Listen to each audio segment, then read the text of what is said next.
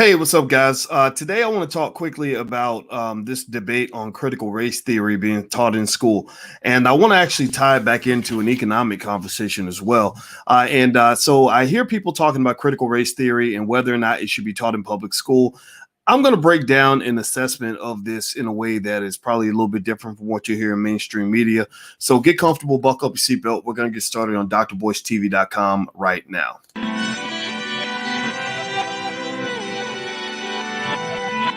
Here we are, clan the isms, cataclysm, great. Our people out here struggling, trying to make it in this state. Everybody out here doing it, but we the ones who late. Now family, we the ones who gotta delegate. Get that money in the power, never be fake. Stick to cosign for 3. What did he say? Create jobs, support our own. Educate the same and buy back your home. Got 3 degrees, triple 10. 3 PhDs, now we on the CNN. DBTV, let's talk about negligence. Ignorance is bliss, but we can turn it to intelligence. Believe none of what you hear, half of what you see. Let's break it down here on Dr. Boyce TV. Here we are. Hey, what's going on, guys? Welcome to drboystv.com, the home for intelligent Black people. I'm glad to see you guys. And don't forget that on this platform, we put our community first. Our community belongs at the top of the priority list. If we don't solve our problems, nobody will. That is what you call the B1 philosophy. So if you agree that Black people should be our top priority, then put a hashtag B in the number 1 in the chat, hashtag B1. That's what we believe in here. So one thing I want to talk to you guys about real quick, and I'm not going to take a lot of time on this, but I wanted to kind of hit this issue, this conversation about critical race theory.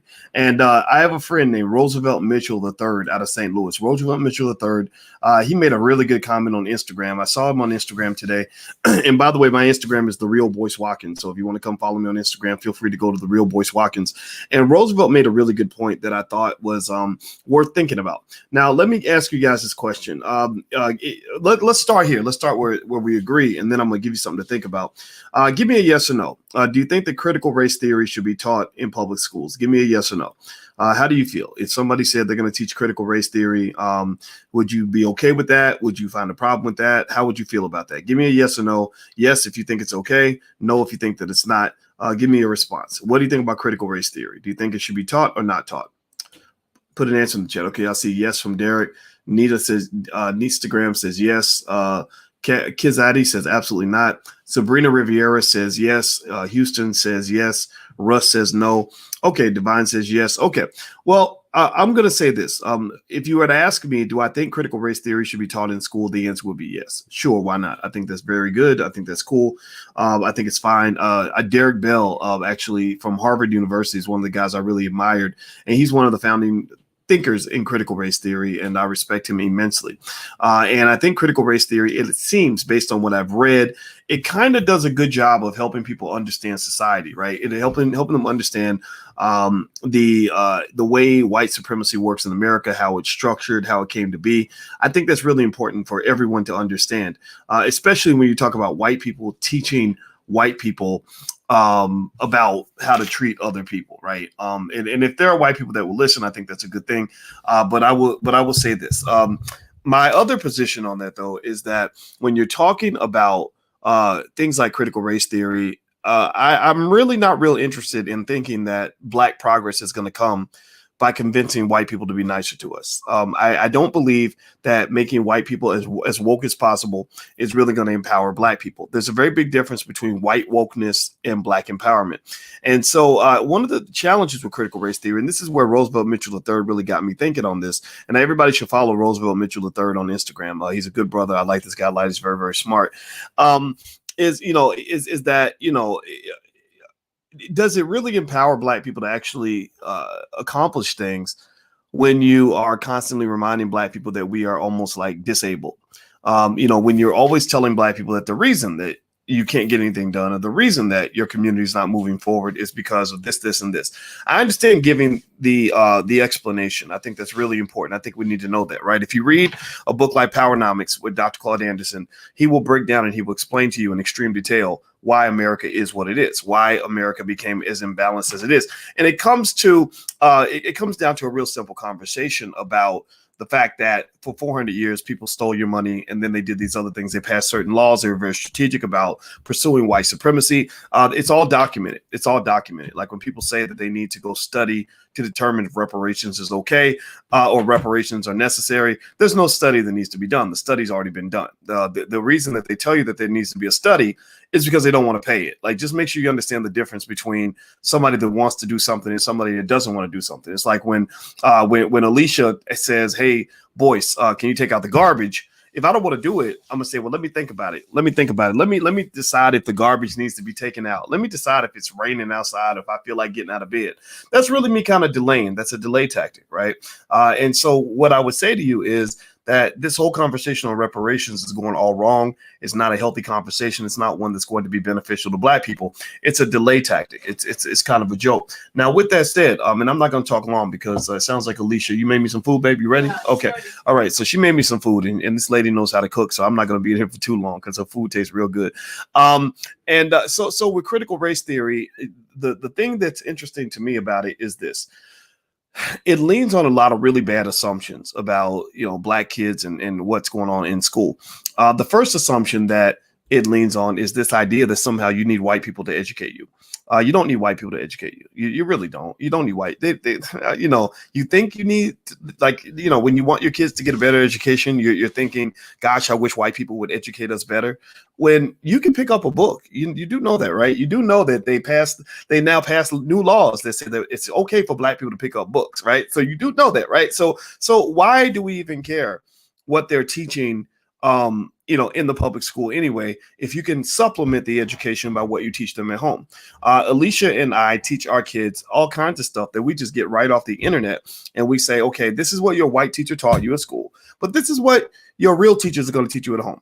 This is what the teachers say. This is what we say. This is what white people believe. This is what we as Black people believe, right? So I want you to really kind of understand that education starts at home. So type that in the chat. If you agree with that statement, please type education starts at home or something to let me know that we're on the same page with that. So education starts at home. If you want your kids to learn critical race theory, you don't need to get white people's permission to do that. Do you understand that? Give me a yes in the chat if you follow what I'm saying. I hope that you get it. I hope that you get what I'm saying. The second piece to that is this. Look, here's the deal. When kids go to school, you got to understand what the educational system really is. The educational system is not a place for education.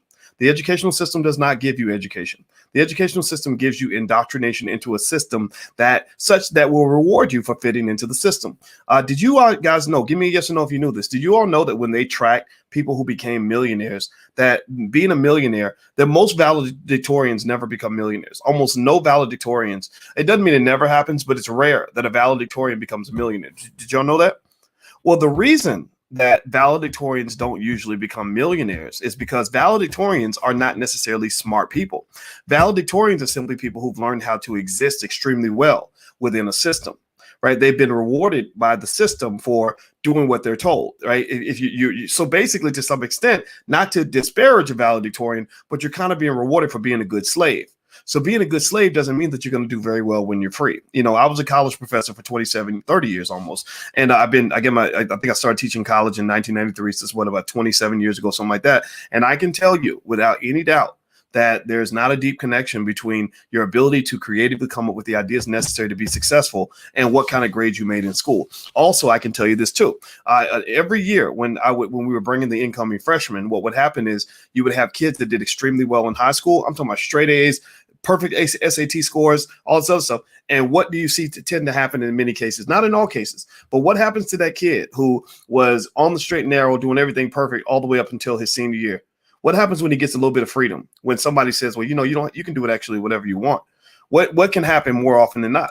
He goes crazy, right? It doesn't mean it happens all the time. Don't get me wrong. There's some kids that stay on the straight and narrow forever, but there's a lot of kids that when they get a taste of freedom, it's like, they go crazy. They go berserk because they don't really know how to operate in a space where they are truly empowered, where they truly have freedom.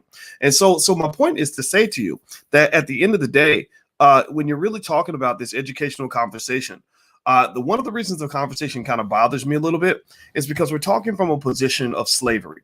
We're talking from a position where we believe that that we can only be educated if they will put it in our public schools and teach it to us. At no point, almost no point, am I hearing a vast conversation to say, okay, we can do most of this ourselves. Like we can really educate our own children. And if you guys know, the Black Core of 3 that we have in the Black Business School is that we believe Black people can educate their own children, create their own jobs, and support Black business. That's very important. And because if you don't do that, then what will happen is that the system has to do that.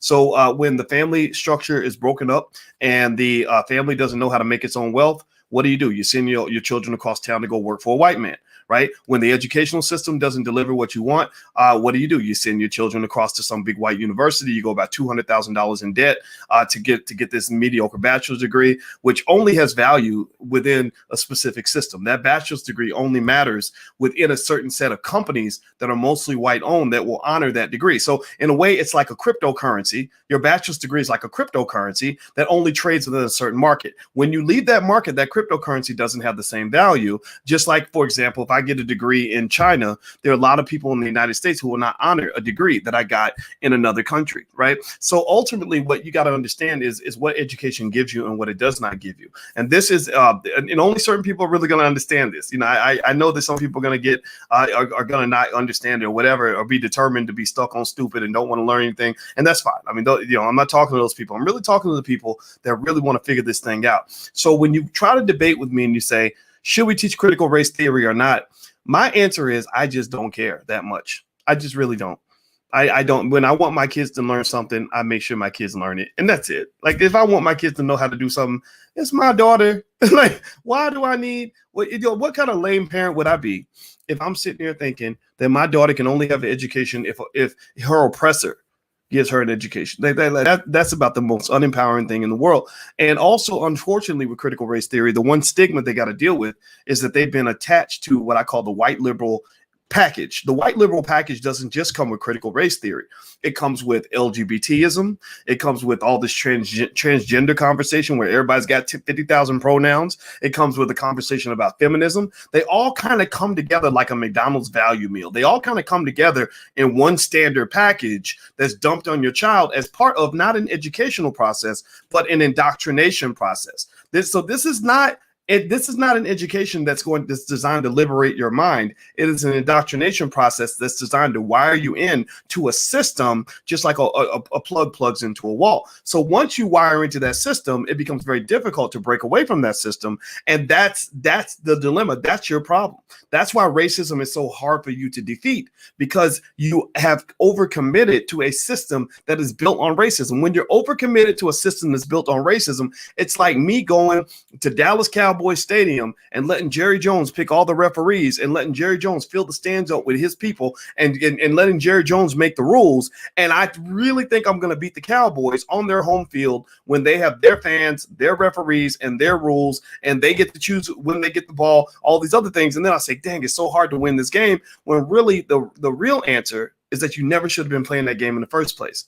So there's certain games that, I realized over time, it took me time to figure this out, but there's certain games I just don't play. For example, I used to try to go mainstream. I used to try to be in mainstream media about 12, 13 years ago. You would see me a lot on CNN and all the other stuff.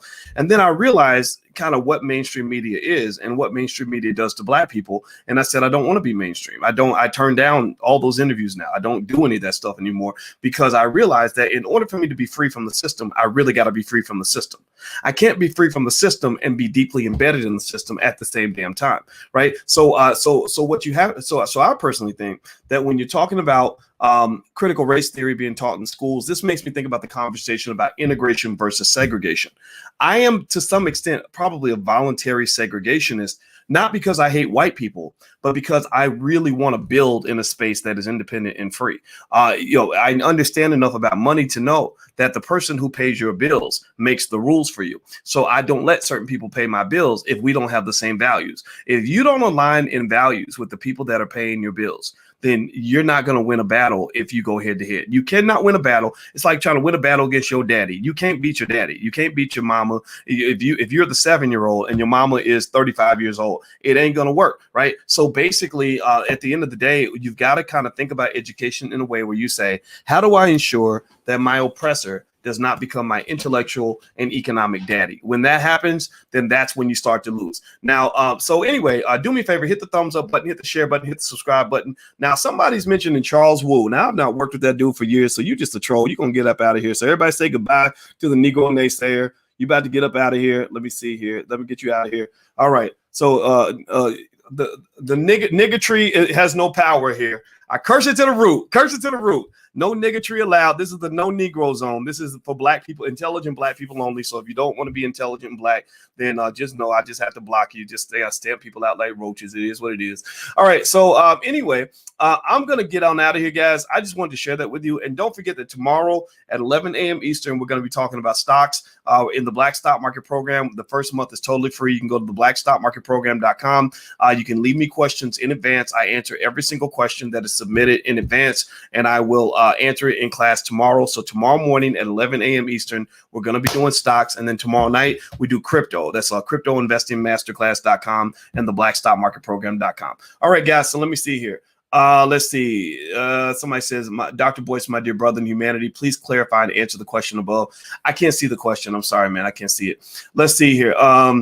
Let's see. You're under attack because you recorded saying that you need 10% of the black community. 90% are upset at you. Yeah, well, I don't really. I told you I'm not looking for everybody. I'm really not. I know that certain people are just not going to get it. The poison is too deep in the community. You got too many people that are committed to chaos. You got too many people that are committed to ignorance. You got too many people that are committed to destroying and not building. So if you're not, so I'm not going to come where you are. If you're sitting over the land of ignorance and you're trying to be ignorant and you're determined to be ignorant, I'm not coming over to where you are.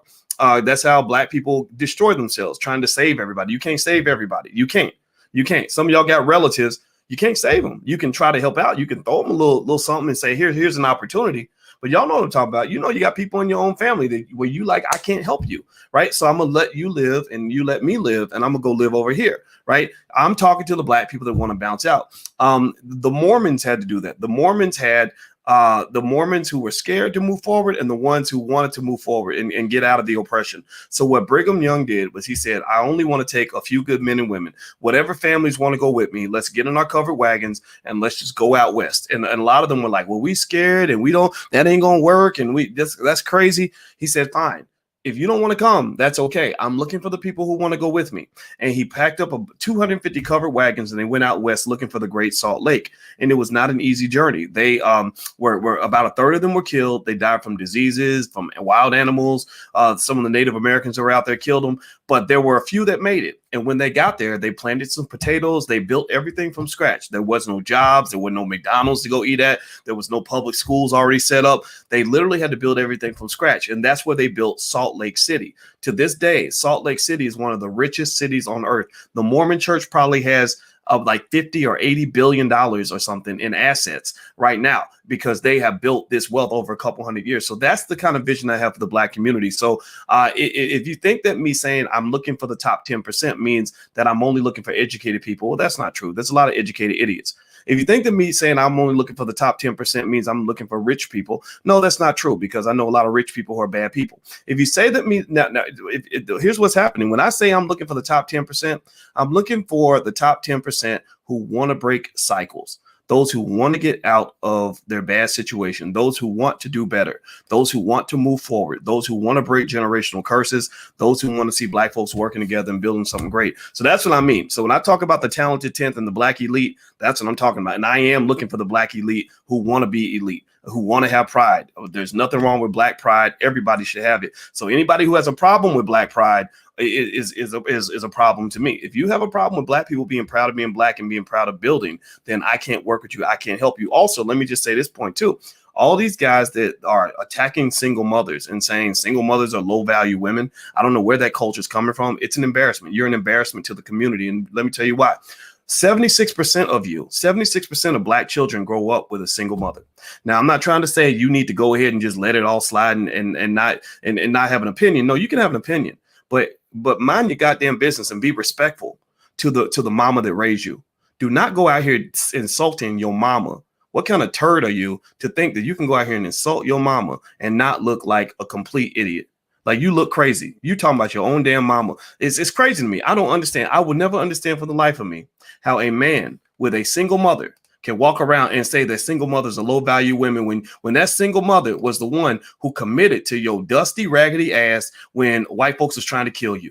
What is wrong with you, Negro? Grow the hell up. That's the most insane, sick shit I've ever seen in my life. I'm just going to tell you the truth. That's mental illness 101. That's when I said, okay, you know what? I must be old fashioned, because where I came from, you didn't disrespect grandma and not expect to get every tooth knocked out of your mouth. So stop disrespecting mama. Stop disrespecting grandma. Make your point without being a prick, because that's humiliating. And so I apologize on behalf of all of some of these people. I don't know if they're bots. I don't know where they come from or whatever. Maybe they mad at their mamas or whatever.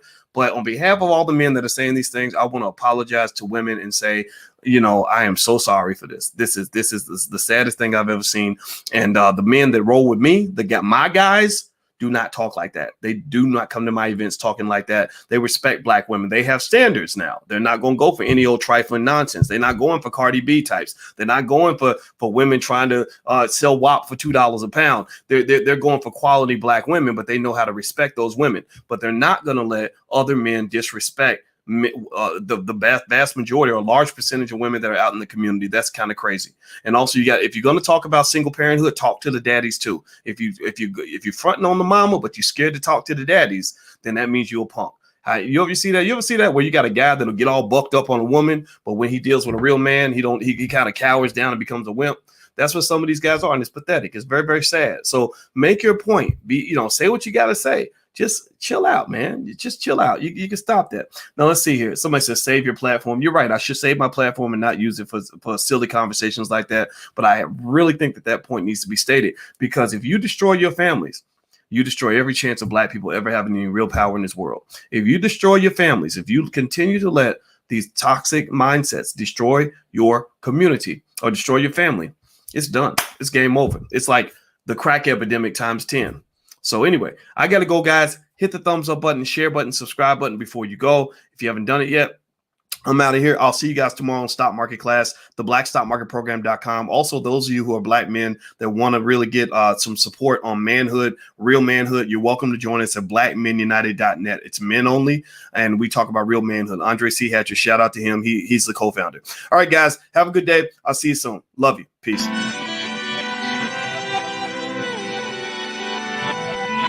Here we are, clan the isms, cataclysm great. Our people out here struggling, trying to make it in this state. Everybody out here doing it, but we the ones who late. Now family, we the ones who gotta delegate. Get that money in the power, never be fake. Stick to cosign for 3. What did he say? Create jobs, support our own. Educate the same and buy back your home. Got 3 degrees, triple 10. 3 PhDs, now we on the CNN. DBTV, let's talk about negligence. Ignorance is bliss, but we can turn it to intelligence. Believe none of what you hear, half of what you see. Let's break it down here on Dr. Voice TV. Here we are.